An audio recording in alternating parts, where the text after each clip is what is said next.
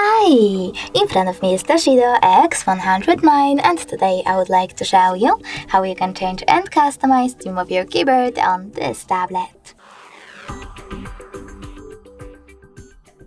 Firstly, you need to access Settings. Now scroll all the way down and click on System. Then select Languages and Input, Virtual Keyboard and Gboard. Over here you need to tap on Theme and then scroll down. Now you can choose Show More over here to see all available ones and pick the best one for you by clicking on it. Now you can manage keyboarders by clicking on this switcher and finally save your keyboard by tapping on Apply.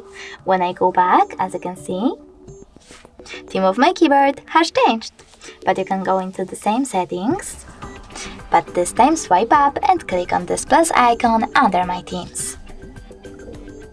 Now tap on the photo that you wish to apply, pinch it to scale and drag it to move. When you're ready, you need to select Next and adjust brightness by swiping left or right. Then click on Done, manage keyboarders here and choose Apply.